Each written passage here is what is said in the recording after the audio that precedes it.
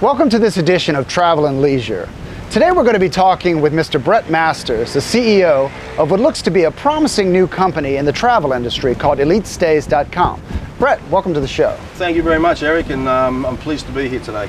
I understand you're in the early stages of fundraising for the project, is that correct? That's correct. Yes, up until now I've been utilising my own funds, but I've been told that it's better to get additional help from outside sources. So basically we're looking at raising further funds to complete stages 1 and 2 and get this platform up and running. So Brett, where did the idea come from for EliteStays.com? I've been working with most of the other hosting companies for a number of years now, and I've noticed that there are some good things but a lot more bad things when you're actually a host. And I believe that the other companies don't give the hosts enough credit, where they're taking a large amount of money for their listing fees and so forth. And we've decided to come up with a better way of people to be able to put their properties on a platform. So how many years have you been a host on those other platforms? I first listed my villa on Airbnb about 7 years ago, followed by also listing with Booking.com, VRBO, Expedia, TripAdvisor, etc. So I think that over the many years I've seen both sides of listing as a host and also utilising the platforms as a guest as well. So what do you think the other platforms are not working? Quite simply, the word greed. The current hosts and the owners of these other platforms are too busy putting billions of dollars in their own pockets. They don't care about the hosts. They really don't care about their guests either. So you think these companies are offering more than they can deliver? Absolutely. I think the first thing is that they're offering so-called award-winning customer service 24 hours a day, 7 days a week. When you think about hosts, when they join these companies, they actually sign a contract that they're responsible 100% for their properties. So if something goes wrong, they're up to fix it, not Airbnb, not Booking.com. So if you've never seen a logo on any form of transportation, how do they get their customer service people out to actually fix the problems that occur? So why do you think Elite Stays is going to be a successful business? I think because it's been developed by hosts and guests alike to get around all of the problems that the other companies have come about by sheerly making large amounts of money. These people have no idea what it's like to actually put your own property on the internet and have to deal with people coming from all over the world and staying at these properties, okay? These corporations are more interested in making the money than actually dealing with the hosts and guests as an entity. In addition to the fees the hosts need to pay these platforms, are there any other costs that need to be paid? Absolutely. If you're a host and you have a mortgage, you have to pay that. Homeowners association fees, insurance problems. If you have electricity charges, water charges for instance, you have to pay all of these things. So apart from having to pay the high commissions to the platforms that you're utilising, you may also be required or even need to utilise a channel manager. A channel manager is a company that can take all of your platforms and put them into one section, so you don't have to keep bouncing around between the extranets on each of those platforms and waste hours of your time. And those platforms are generally around $100 US per month, and some of them even charge you a commission as well. You say EliteStays.com is different. How are they different? We're different in many aspects. One of the biggest things we're going to actually be offering is virtual reality on the site. So before a person actually pays any money whatsoever, they can literally walk through the property that they wish to go and stay at. Other differences that we're going to be offering the hosts is the opportunity to be able to earn extra money. For instance, you might want to pick your customers up from the airport, charge less than what a taxi does or an Uber, and you're able to make additional money. You can offer concierge services, you can offer private services like boat rides and boat trips if you own a boat, without actually having to pay a 20% fee to somebody like Airbnb. So why do you think people will donate to this platform? That's a great question, Eric, and it actually has two answers. On one side we have the host. Currently the host has to pay between 15 and 22% to the other platforms. What we're going to be offering is the host is never going to pay any commission again.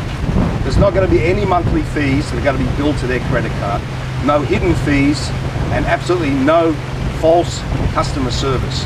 Instead, the host is going to pay one low fee of $24.70 each time they make a booking. That's the host side, which is fantastic as they're paid in cash at the time of check-in. The other side is the guest side. If a guest has booked something and it's not exactly what the platform has stated it is, and they travel a long distance to find out that they don't want to stay there, then they don't have to worry. They've only put a 20% deposit down. The rest of the money remains in their pocket. So instead of them having to be disappointed, contact the other platforms to speak to their so-called customer service and wait hours and hours to try and get something sorted out, they could simply just walk away. Because let's face it, the cash is still in their pocket. So they can go and find a place to sit down, go back onto the platform and search for something that's more their liking. What will people get in return for these donations? They will get to save a lot of money on their next booking. If you take a look at the average commission on most of these platforms is 15 to 22%. If you're dealing with EliteStays.com, you're going to be paying $24.70. The average price is $1,000, so that's $150 that you're paying out to these other people. According to the International Hotel Association, the average stay for a family of 4 is about $3,000. That's $450 of commission money you have to pay to some multi-billionaire, compared to $24.70 if you utilize us. Now, if we take it one step further and we say that you spend $10,000, that's $1,500 of money that you have to give a billionaire, compared to $24.70. I'm no expert in math, but that sure sounds a lot better, doesn't it?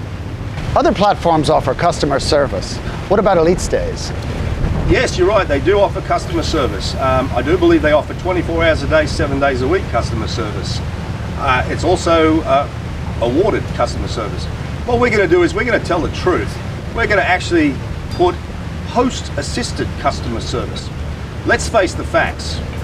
If people travel around the world, the only person that's really allowed to fix his or her property is the owner of that property. If you've never seen an Airbnb customer service vehicle anywhere in the world, it's good to say they don't have anybody that can fix any problems whatsoever.